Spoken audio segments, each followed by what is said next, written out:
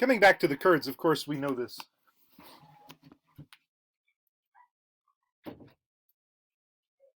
Sorry, just making sure it's getting a little loud out there, but I will continue yelling at my computer. We know this about the Kurds, of course. I'm just reminding you. So the Kurds are Turkey's main minority, about 20% of the population. Perhaps 35 million Kurds are spread across Iran, Iraq, Turkey, and Syria. It's one of the largest nations not to have a corresponding nation state. They have been most aggressively oppressed by Iraq and by Turkey, although they have controlled an autonomous mini nation state in northern Iraq since 1991. Turkey's war against the PKK, has only recently been resolved. This was 2013 or something like that. But during its hot phase from 1984 to 1999, thousands died each year in terrorist attacks and reprisals from the government. And of course, there were bombings and such, and terrible reprisals in 2018, I think, in 2019. So the war has sort of picked up again. Although it was really close to a resolution in 2013 to 2016, it was nice. There was hope. Oh well. So modernity in the non-West, in post-colonial thought, if modernity is singularly associated with Europe and capitalism, then that obscures one, the non-European roots of modernity, mainly in Arab and Islamic civilization, and two, the roles played in science and culture by non-Europeans after European conquest. So we got to step into this. We're sort of getting back to a little bit of philosophy here and history of science. So there are basically two options to modernity. Is modernity associated entirely with Europe, with European colonialism, or is there an alternative modernity? Is there some other modernity that we can look to in this world? Can we break free from European colonialism, from always talking about Europe this, Europe that?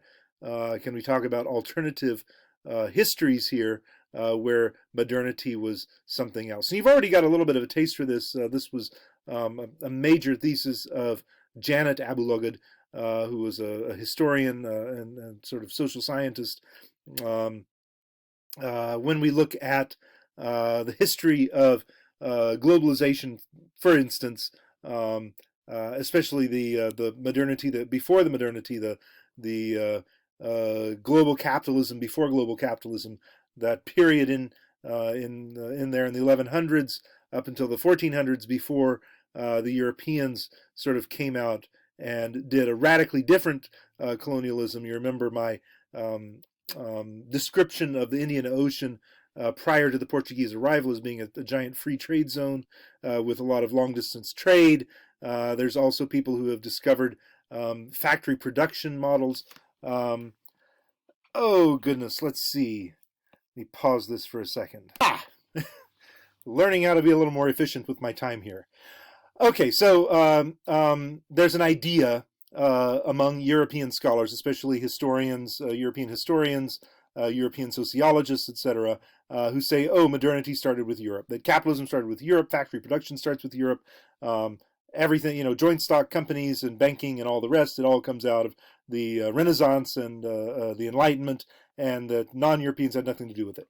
And then as we look, people who know something about this look at, for example, the journals of Copernicus and found out that he read Arabic. He had to. The only way you could get at sort of the cutting edge astronomy and geography was to look to the the Muslim scholars of the 1100s, 1200s, who were way ahead of any European at the time. Yeah, of course, Europe was a backwater at the time. In the 1100s, 1200s, very little scholarship or learning going on at all. Oxford University doesn't get founded until 1300s, which is like way past that. Sort of the 1000s, 1100s of Islamic scholarship. So when we do that, we find that actually, for whatever reason, I mean, I would assume that there was fear that if we quote Muslim scholars, we will be seen as betraying the best values of European Christian identity. And so the fact that we have read all these Muslim scholars in Arabic would sort of reduce our authority in the eyes of the Europeans. But here we have Adam Smith, as late as 1776, The Wealth of Nations. He's talking about a pin factory, the famous Smith's famous pin factory. Um, so um, scholarly article, Nasir Din Tusi on social cooperation, division of labor. Al-Ghazali, 1058 to 1111, makes some observations of vertical division of labor. Basically, Adam Smith was talking about how it's this brilliant vertical integration of factory processes where you have a single pin, but there's 17 different processes or whatever that are involved in creating the pin. And so Al-Ghazali had a needle factory, right? So he's writing a 600 years, 700 years before Smith was writing. And he said even a small needle becomes useful only after passing through the hands of needle makers 25 times. Blah, blah, blah. Smith's famous pin factory, 1776, 18-stage pin production. Al-Ghazali had 25-stage needle production. Come on, this is too great a coincidence for it not to have been connected. Basically, some French person read Al-Ghazali and failed to cite him, and then Smith read the French person and thought that it was original to him, and didn't realize, somebody thought of this 700 years ago. In other words, industrial production was already around 700 years before Smith thought he invented it, or they invented it in Europe. Okay, so one of the options then is to talk about non-European roots of modernity, mainly in Islamic and Arabic civilization, but also in Chinese, or also in African, or whatever. That there are other forms of civilization, Native American, etc. The other civilizations that Europe freely borrowed from and then refused to give credit. We could do the other thing and talk about, even within European modernity, that so many people who were involved in that project of European modernity came from the non-West. You have Indians from India, you have Indians from Native American, you have African Americans, and Africans traveling to Europe and becoming great scientists and philosophers and scholars within Europe, whose then identity or contribution is downplayed and denied. And so that just shows that Europe didn't invent modernity.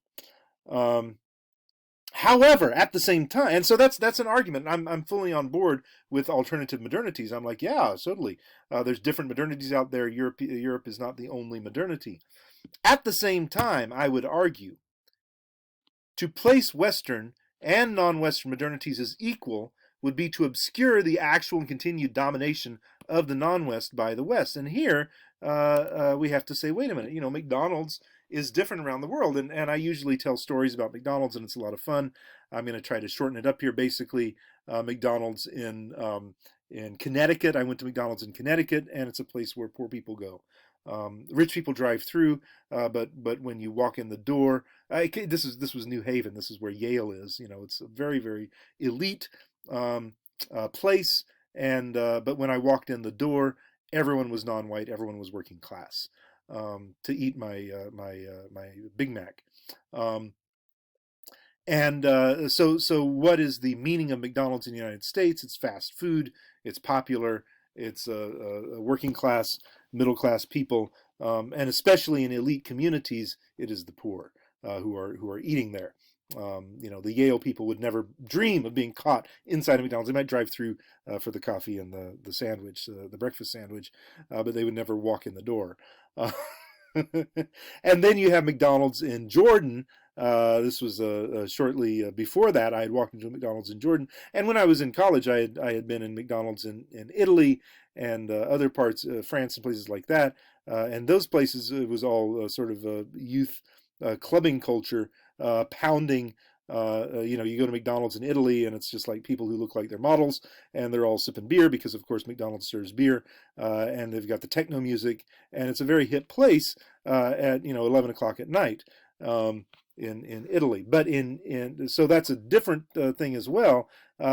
In Jordan, when I was in Jordan, McDonald's was inhabited by rich Saudi women and their spoiled kids. And that makes sense in Jordan because the average income in Jordan is 5,000. Average income in the United States is 50. So 5 to 50 is the steep ratio we're looking at here. And of course, a Big Mac meal in Jordan costs $5 for a Happy Meal or whatever. It's $5, and so it would be like dropping $50, right, in the United States on a meal. The people eating at McDonald's in Jordan are just the richest people on the planet in that country, right? They're the elites because you got 4 kids with you, you're buying 4 Happy Meals. That's $200 for lunch. Who can afford that? The very rich. Okay, so McDonald's, I'm going to finish this up in the next one because it's 11 minutes. McDonald's means very different things in very different places.